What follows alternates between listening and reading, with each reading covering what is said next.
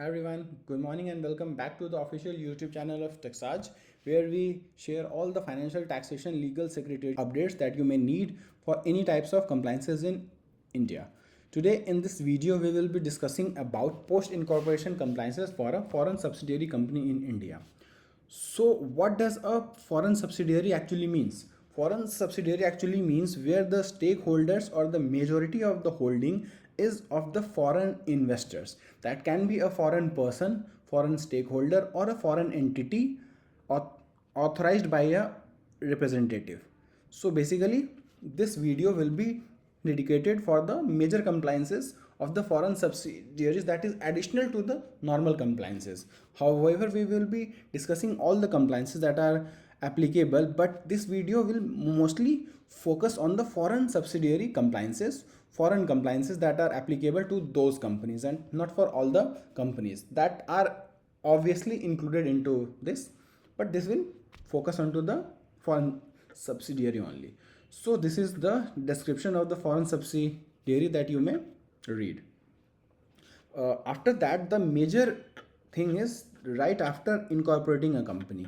This is also known as the post incorporation compliances, that is taken care just as we incorporate the companies. Firstly, we will have to adopt or prepare rubber stamp, letterheads, name board, sign board, minute sheets, binders, etc., and affix company's board outside the main gate of the office. Receipt of share subscription amount, whatever is the share subscription amount mentioned in the MOA and subscribed by the stakeholders, that has to be deposited right after the incorporation into the company from their personal bank account.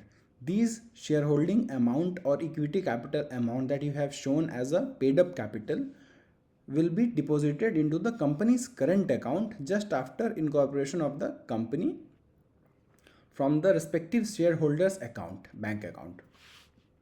Once that is done, we will need, or a form INC 20A is filed, that is also called as a commencement of business. Usually there is no certificate generated after that, just the name is certificate for commencement of business. So we have to file a form which is called as INC 20A. That is filed to make sure that the subscribers or the stakeholders have deposited the subscribed capital amount into the company's bank account. So a bank statement copy reflecting that credit has to be filed with the Ministry of Corporate Affairs, and this filing has to be done within 180 days of the incorporation of the company.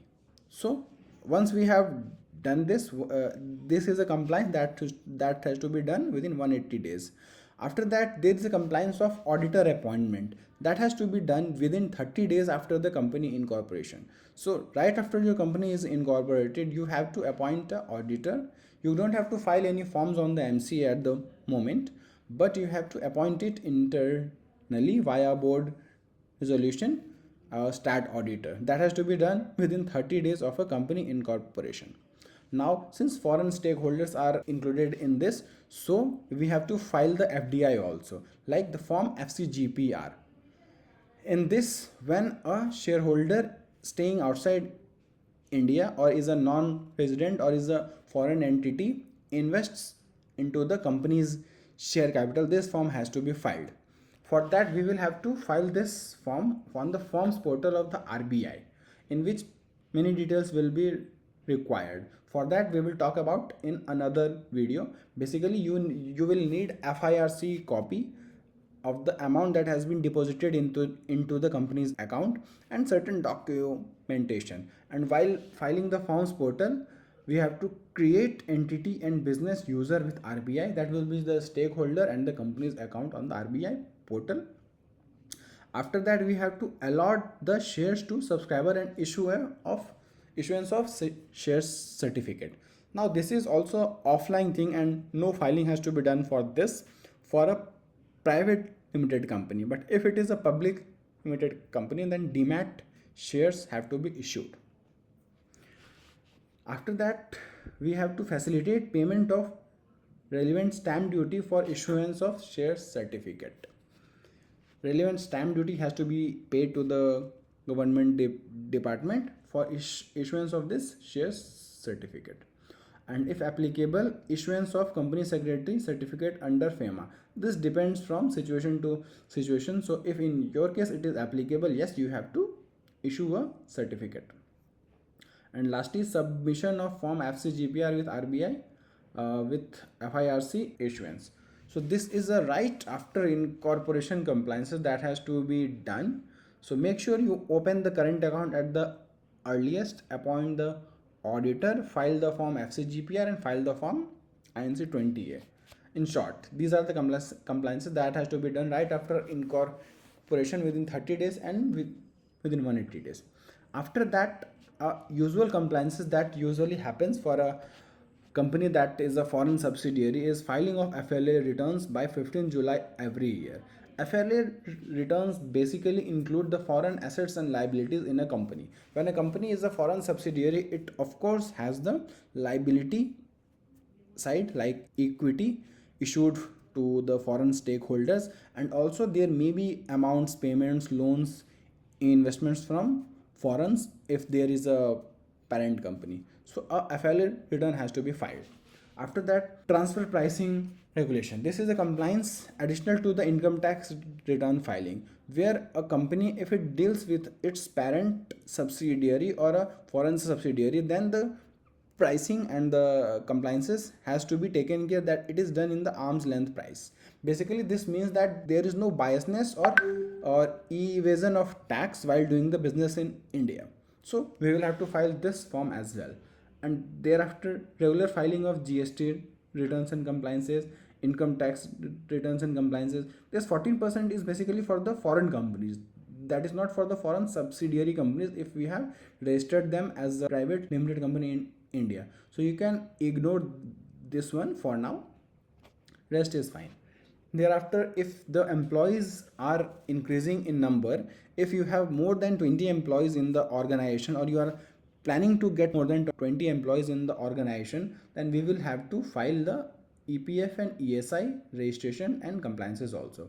So now after 2021, if you are incorporating a company in India, you will be getting PF ESI complimentary, although if you don't want it. So you get the PF ESI number right at the time of incorporation. You may not need it at that time, but afterwards, whenever you need it, keep that PF and ESI number safe in your records, and you can then go to the PF ESI portal, mark that as active whenever you want to comply to it, either voluntarily or mandatorily if your number of employees has increased more than 20.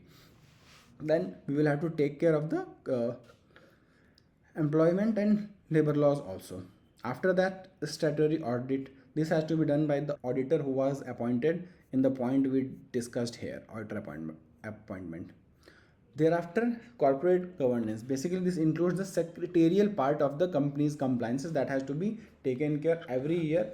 And some of these examples can be like DI3 KYC form, DPT, shareholders meeting, stakeholders meeting, registers and statutory registers also have to be maintained, followed by annual filing. Annual filing with ROC has to be done each year, in which two forms are filed, form MGT 7, AOC 4. These are to be taken care by your company secretary or the compliances who looks after this. Apart from the regular compliances, there are some of the event based compliances also, as and when they happen. Suppose there is any change in the authorized capital, you want to increase it, allotment of new share, or you want to transfer the existing shares, giving loans to other companies, giving loans to directors, appointment of MD, change of address, change of directors, anything like this. For this, time to time compliances has to be done on as and when required.